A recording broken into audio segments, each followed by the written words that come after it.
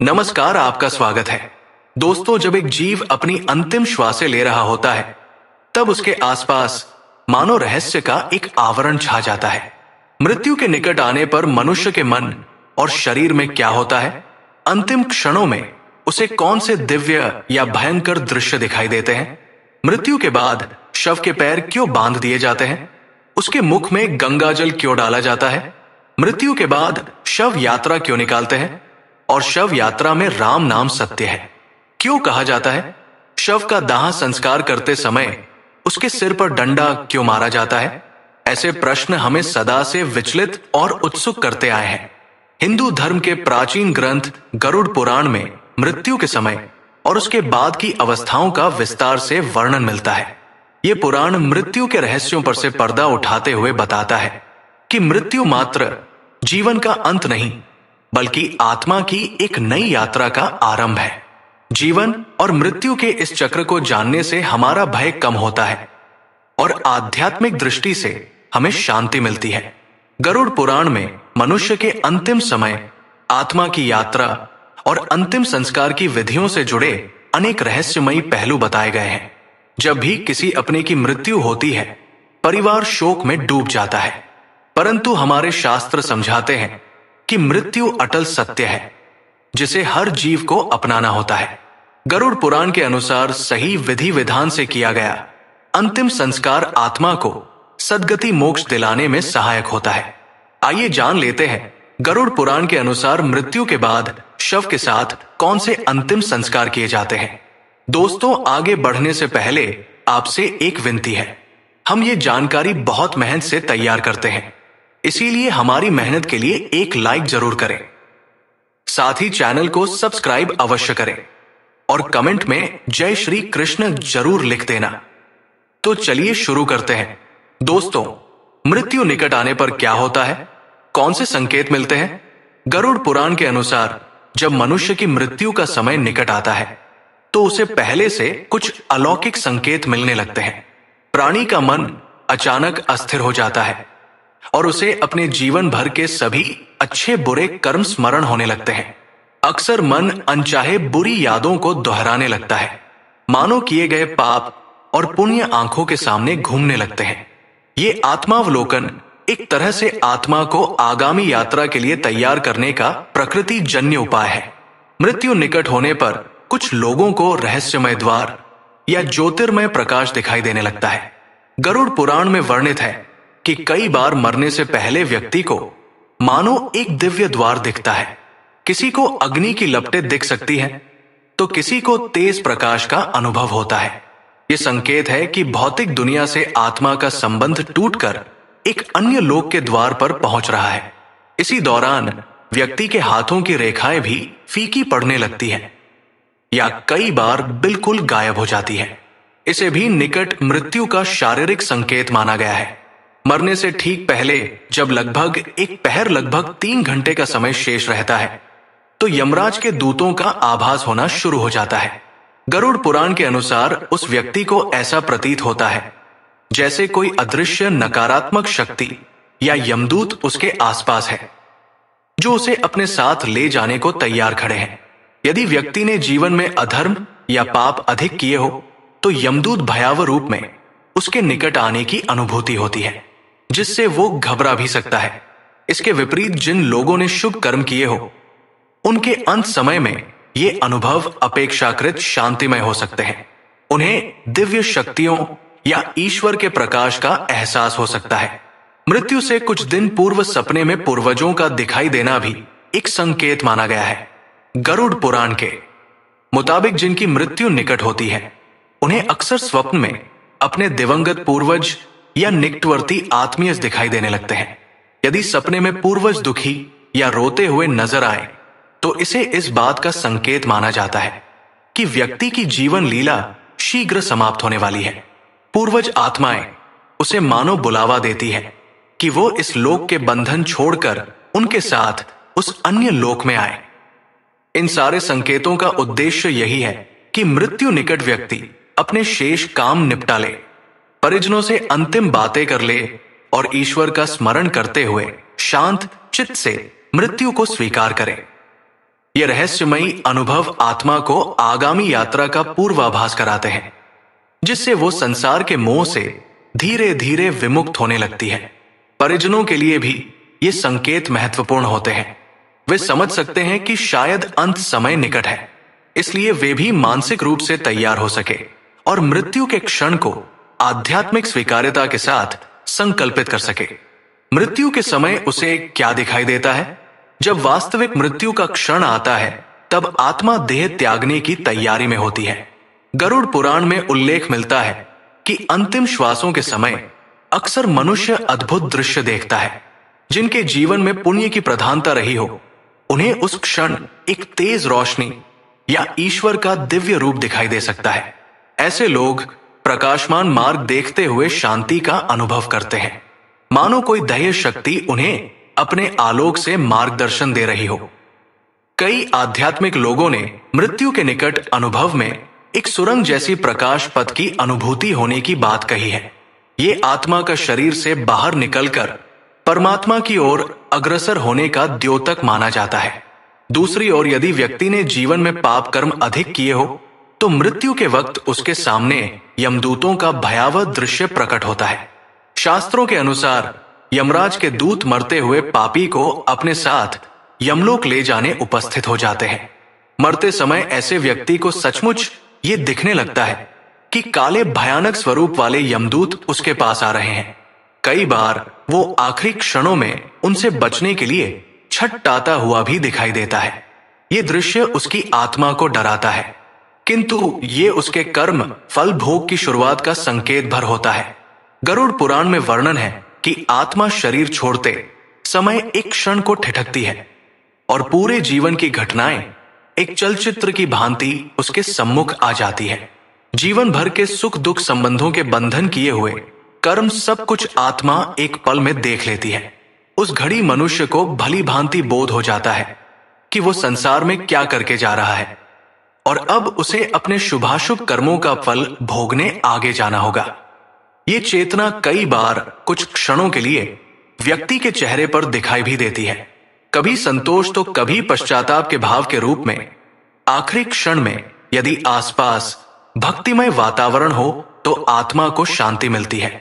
इसलिए हिंदू परिवारों में मृत्यु के समय व्यक्ति के कान में राम नाम या भगवान का नाम बोला जाता है और गंगाजल तुलसी दल दिए जाते हैं। कहते हैं कि अंत समय में भगवान का स्मरण आत्मा को परम ज्योति की ओर ले जाता है, जिससे मृत्यु का दर्दनाक दृश्य भी मधुर साहचर्य में बदल सकता है।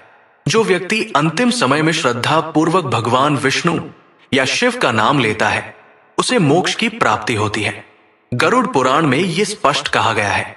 इस प्रकार मृत्यु के क्षण में दिखाई देने वाले दृश्य व्यक्ति के जीवन के अनुसार भिन्न हो सकते हैं, परंतु ईश्वर स्मरण उस पल को उजास और शांति से भरने में सक्षम है। मृत्यु के बाद अंतिम संस्कार की तैयारी कैसे की जाती है?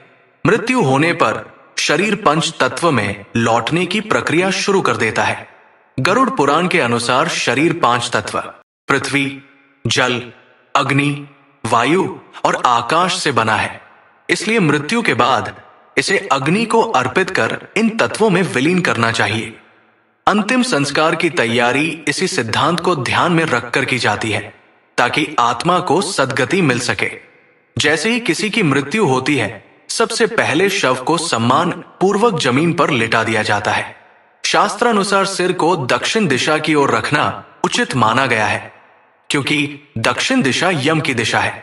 शरीर को समतल भूमि पर इस प्रकार रखना चाहिए कि वो शांति से सीधा रहे। परंपरा के अनुसार मृतक के शरीर को साफ किया जाता है। यदि संभव हो तो स्नान कराया जाता है या गंगाजल छिड़ककर शुद्ध किया जाता है।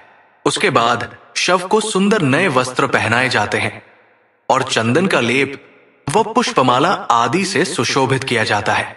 पुराणों के निर्देशानुसार कभी भी शव को नग्न अवस्था में नहीं ले जाना चाहिए, इसलिए शव को पूरी तरह कपड़े से ढकना चाहिए और फिर उस पर पुष्प, चंदन इत्यादि अर्पित किए जाते हैं। परिजनों द्वारा मृतक के प्रति प्रेम और सम्मान प्रदर्शित करने के लिए ये आवश्यक है। वस्त्र पहना हुआ सुगंधित चंदन और फूलों से सजा पार्थिव शरीर दर्शाता है कि परिवारजन मृतक के प्रति श्रद्धा व्यक्त कर रहे हैं और उसकी अंतिम यात्रा को पवित्र व सम्मानजनक बना रहे हैं। शव के पास एक दिया घी का दीपक जलाकर रखा जाता है और सुगंध हेतु अगरबत्ती जलाई जाती है। माना जाता है कि दिए की पवित्र अग्नि आत्मा के मार्ग को प्रकाशमान करती है और वातावरण को सकारात्मक रखती है, जिससे अशुभ शक्तियां पास नहीं आती। इसके साथ ही गरुड़ पुराण का पाठ आरंभ कर दिया जाता है, जो मृत्यु के बाद 13 दिनों तक चलने वाली एक परंपरा है। गरुड़ पुराण के श्रवण से आत्मा को ये बोध कराने में मदद मिलती है कि अब उसका इस शरीर से मोह छोड़कर आगे बढ़ना है। ये पाठ मृतक की आत्मा की शांति के लिए और परिवार को आध्यात्मिक सल देने के लिए किया जाता है। इसके बाद अंतिम यात्रा शव यात्रा की तैयारी होती है। परिवार के पुरुष आमतौर पर अपने कंधों पर शव को उठाने के लिए आगे आते हैं। शास्त्रों में पुत्र को पिता या माता के शव को कंधा देने का विशेष पुण्य बताया गया है। गरुड़ पुराण के अनुसार जो पुत्र अपने माता पिता के शव को कंधे पर उठाकर ले जाता है, उसे प्रतिपद कदम अश्वमेध यज्ञ के फल के समान पुण्य प्राप्त होता है। आत परिजन मिलकर अर्थी बांस की बनी पालकी तैयार करते हैं। शव को सफेद कपड़े में लपेटकर अर्थी पर इस प्रकार रखा जाता है कि उसका सिर पीछे और पैर आगे रहें। यह भी एक सांकेतिक नियम है। जैसे नवजात शिशु को जन्म के समय घर के अंदर सिर पहले लाया जाता है, उसी तरह मृतक को घर से बाहर पैर पहले निकालते हैं, क्योंकि अब वो इस संसार से विदा हो रहा है। 4 व्यक्ति अर्थी को चारों कोनों से अपने कंधे पर उठाते हैं, जो चारों दिशाओं के प्रतिनिधि भी माने जा सकते हैं। इस प्रकार पूरे सम्मान के साथ मृतक की अंतिम यात्रा शुरू की जाती है। अर्थी को उठाकर घर से श्मशान तक ले जाने की प्रक्रिया में भी कुछ विधान है। हिंदू रीति में श्मशान ले जाते समय मार्ग में कभी कभी अर्थी को जमीन पर विराम देकर रखकर जल छिड़कते हैं। इसे विश्राम देना कहते हैं, जिससे किसी ऊर्जात्मक असंतुलन को संतुलित किया जा सके। श्मशान पहुंचकर पहले से साफ की हुई भूमि पर चिता सजाई जाती है। चिता के लिए शुद्ध सूखी लकड़ियां, आम, चंदन, पीपल, पलाश आदि सावधानी पूर्वक बिछाई जाती है और उन पर शव को रखा जाता है। परिवार के सदस्य चिता पर शव के आसपास परिक्रमा करते हैं और मृतक के लिए प्रार्थना करते हैं कि उसकी आत्मा को शांति मिले।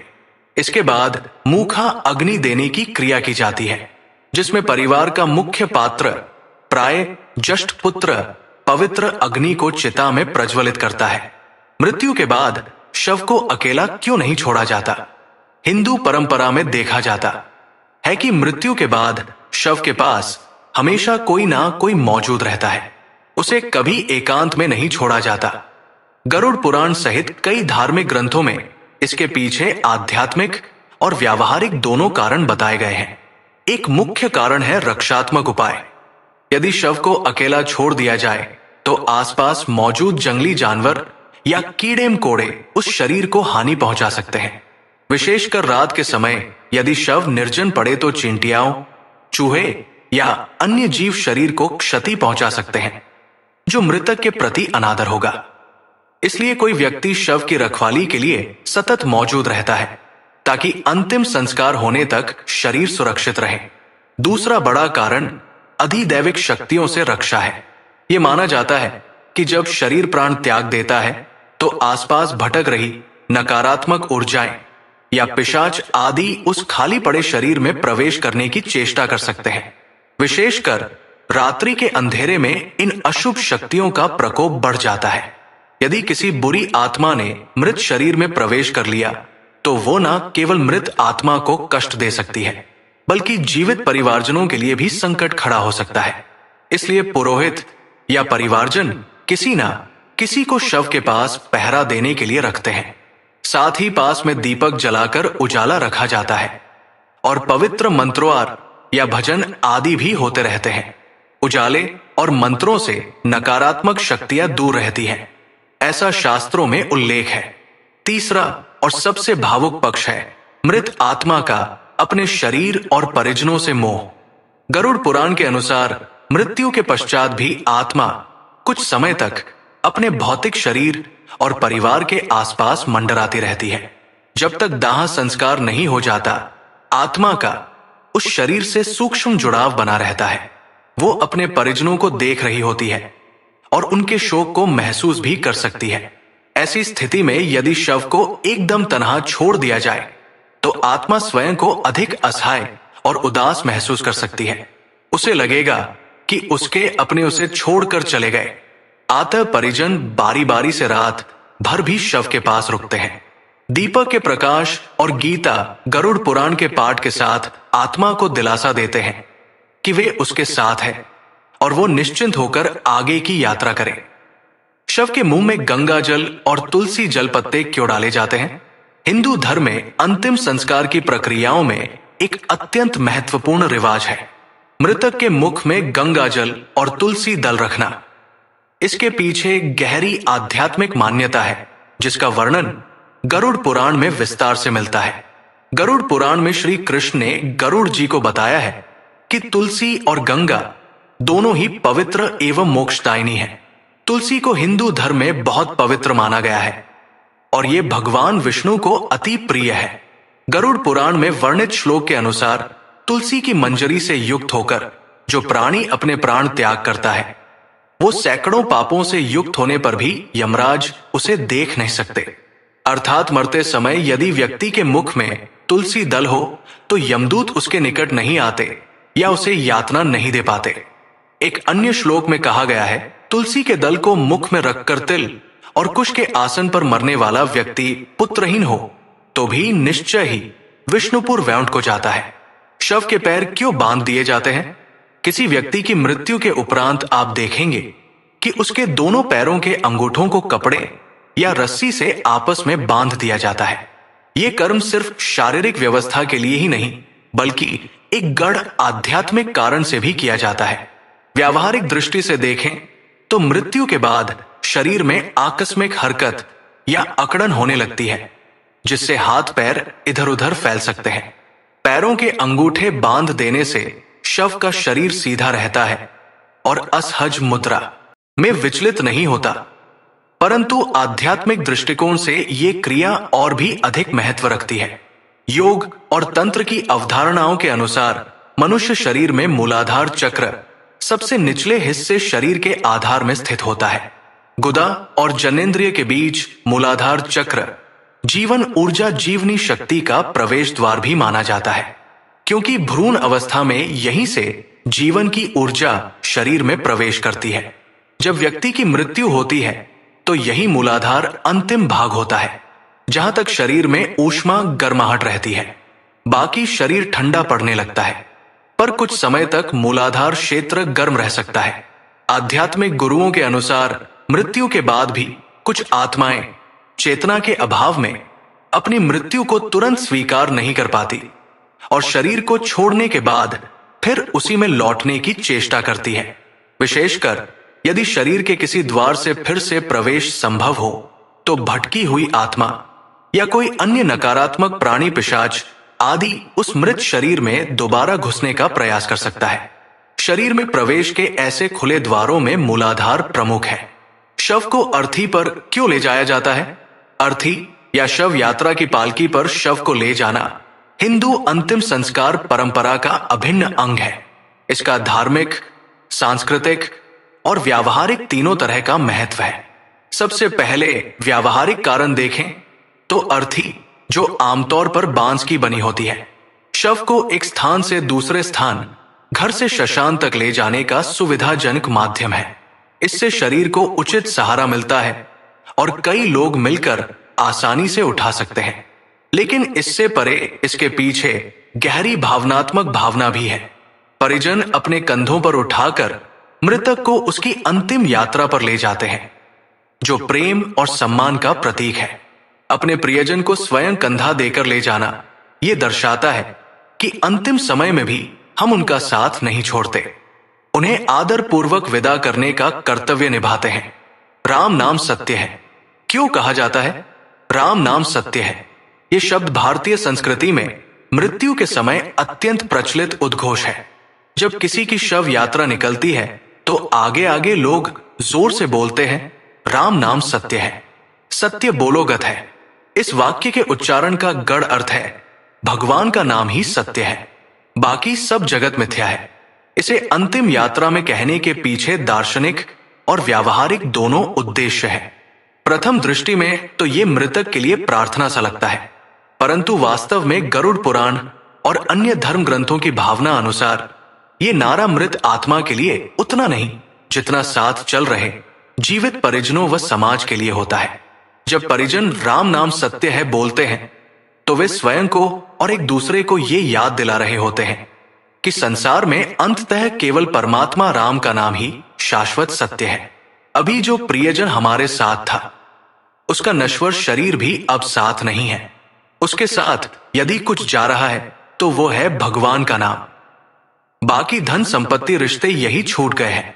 ये उद्घोष साथ चल रहे लोगों को वैराग्य और सत्य का बोध कराता है कि जैसे ये शरीर राम के नाम के सिवा कुछ भी साथ नहीं ले जा रहा, वैसे ही अंत हम सबको भी एक दिन खाली हाथ ही जाना है।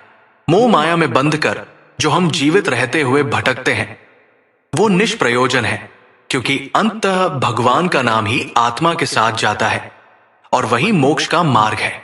गरुड़ पुराण के अनुसार भी जीवन मृत्यु के चक्र में परमात्मा नाम का स्मरण ही आत्मा को परम गति दिलाता है। अंतिम क्षणों में ईश्वर का नाम लेने से या उनके चरणों का ध्यान करने से आत्मा आवागम के बंधन से छूट सकती है। इसी सिद्धांत के अनुरूप शव यात्रा में बारंबार राम नाम का उच्चारण उस आत्मा के लिए शुभ संकेतन है कि उसे ईश्वर का सहारा प्राप्त है। साथ ही ये नाम स्मरण आसपास के माहौल को पवित्र कर देता है। मृत्यु जैसे शोकपूर्ण समय में भी राम नाम सत्य है कि आवाज एक आध्यात्मिक शक्ति प्रदान करती है। शोकाकुल हृदयों को यह दिलासा मिलता है कि जो हुआ वो ईश्वर की मर्जी से हुआ और अब हमें राम नाम के सत्य को स्वीकार कर आगे बढ़ना चाहिए। शवदाह के समय सिर पर डंडा क्यों मारा जाता है? कपाल क्रिया। हिंदू अंतिम संस्कार में चिता पर शव रखने के बाद एक विशेष क्रिया की जाती है जिसे कपाल क्रिया कहते हैं। इसमें जब शव आंशिक रूप से जल चुका होता है, आमतौर पर आधे से अधिक जल जाने पर, तो मृतक के सिर पर एक बांस के डंडे से प्रहार कर उसकी खोपड़ी कपाल को फोड़ दिया जाता है। प्राय ये क्रिया मुखाग्नि देने वाले मुख्य व्यक्ति पुत्र आदि द्वारा या किसी पारंगत डोम द्वारा की जाती है। 3 बार डंडा मारकर खोपड़ी को चटकाने की परंपरा है। ये सुनने में क्रूर लग सकता है, पर इसके पीछे अत्यंत महत्वपूर्ण कारण है जिन्हें गरुड़ पुराण और धर्म शास्त्रों में समझाया गया है। मानव कपाल खोपड़ी बहुत कठोर होती है और शरीर का ये ऊपरी भाग चिता की अग्नि में सबसे अंत में जलता है। शास्त्रों में वर्णित है कि सिर का ठोस भाग मुखाग्नि के बाद भी पूरी तरह नहीं जल पाता। यदि खोपड़ी साबुत रह जाए तो पूरा दाह संस्कार अधूरा माना जाता है। इसलिए परंपरा बनी कि आवश्यक होने पर सिर को तोड़ दिया जाए ताकि वो अंदर तक जल सके। जब डंडे से प्रहार कर खोपड़ी में दरार कर दी जाती है तो वहां घी डाला जाता है जिससे वो भाग तीव्र अग्नि से भस्म हो जाता है। घी की आहुति से आग तेजी से भीतर तक फैलती है और सिर का हिस्सा भी पूर्णतः जल जाता है। इस प्रकार डंडा मारने का व्यावहारिक कारण यह है कि शरीर के सबसे मजबूत हिस्से को भी अग्नि दहन के लिए खोल देना, जिससे अंत में केवल राख बचे और शरीर के अवशेष ना रहे। धर्म शास्त्रों में कपाल सिर को मोक्ष का द्वार माना गया है। योग शास्त्र में मानव शरीर के 10 मुख्य द्वार बताए गए हैं। 9 शारीरिक छिद्र और दवा ब्रह्मरंध्र या सिर का शीर्ष। मान्यता है कि यदि आत्मा शरीर छोड़ते समय इस ब्रह्मरंध्र से निकलती है तो उसे मोक्ष मिलता है। इसे कपाल मोक्ष कहा गया है। कई उच्च साधना वाले योगी अपने जीवन काल में ही ब्रह्मरंध्र खोल लेते हैं ताकि मरते समय वहीं से प्राण निकले और उन्हें मुक्ति मिले। सामान्य जन की खोपड़ी प्राय बंद ही रहती है। इसलिए गरुड़ पुराण निर्देश देता है कि चाहे शव आधा जला हो या पूरा गृहस्थ के शव की खोपड़ी लकड़ी के डंडे से अवश्य फोड़ देनी चाहिए। ये मृतक के लिए मोक्ष का द्वार साक्षात खोल देने जैसी क्रिया है। सिर खोल जाने से आत्मा का शरीर से अंतिम बंधन भी टूट जाता है और उसकी यात्रा निर्बाध जारी रहती है। धार्मिक रूप से इसे ऐसे भी कहा जाता है कि कपाल क्रिया के द्वारा मृतक के लिए मोक्ष के द्वार खोले जाते हैं। कुछ मान्यताओं के अनुसार यदि किसी व्यक्ति की खोपड़ी बिना फटे या बिना जली रह जाए तो कुछ बुरी शक्तियां या तांत्रिक उस अदृढ़ मुक्त आत्मा का दुरुपयोग कर सकते हैं। हमारे पूर्वजों का मत था कि अधजली खोपड़ी तंत्र साधना में काम आ सकती है, इसलिए उसे पूरी तरह नष्ट करना जरूरी है। गरुड़ पुराण में भी संकेत मिलता है कि जब तक शरीर पूरी तरह भस्म ना हो जाए आत्मा पूर्णतः मुक्त नहीं होती और भटक सकती है। तंत्र विद्या करने वाले लोग कभी कभी शव की बची हुई हड्डियों या आत्मा को वश में करने का प्रयास करते हैं। यदि सिर साबुत रहा तो उसमें निवास करती अर्धचेतन आत्मा को वे सिद्ध के लिए बंदी बना सकते हैं, ऐसा भय बताया जाता है। इसी से बचने के लिए सिर को खंडित कर दिया जाता है ताकि आत्मा शरीर से मुक्त हो जाए और खोपड़ी किसी तांत्रिक प्रयोग के लायक भी ना रहे। अनिरुद्धाचार्य जी एक प्रवचन में कहते हैं, हमारे पूर्वजों ने कहा कि खोपड़ी फोड़ दो। जब खोपड़ी खंडित हो जाएगी तो वो तांत्रिकों के काम की नहीं रहेगी। इन कारणों के परिप्रेक्ष्य में देखें तो कपाल क्रिया एक अनिवार्य प्रक्रिया है। प्रसन्न होते हैं जिससे वंश पर कोई संकट या पितृदोष नहीं आता। यही वजह है कि कपाल क्रिया के बिना कोई भी हिंदू अंतिम संस्कार पूर्ण नहीं माना जाता। जब डंडे के 3 प्रहारों के साथ खोपड़ी चटक जाती है और अग्नि तेज लपट के साथ उसे भस्म कर देती है तो उपस्थित परिजनों के हृदय में भी एक विश्वास जागता है कि अब हमने अपने प्रियजन का अंतिम संस्कार पूर्ण कर दिया है। आत्मा अब बंधन मुक्त होकर परमात्मा की ओर जा सकती है।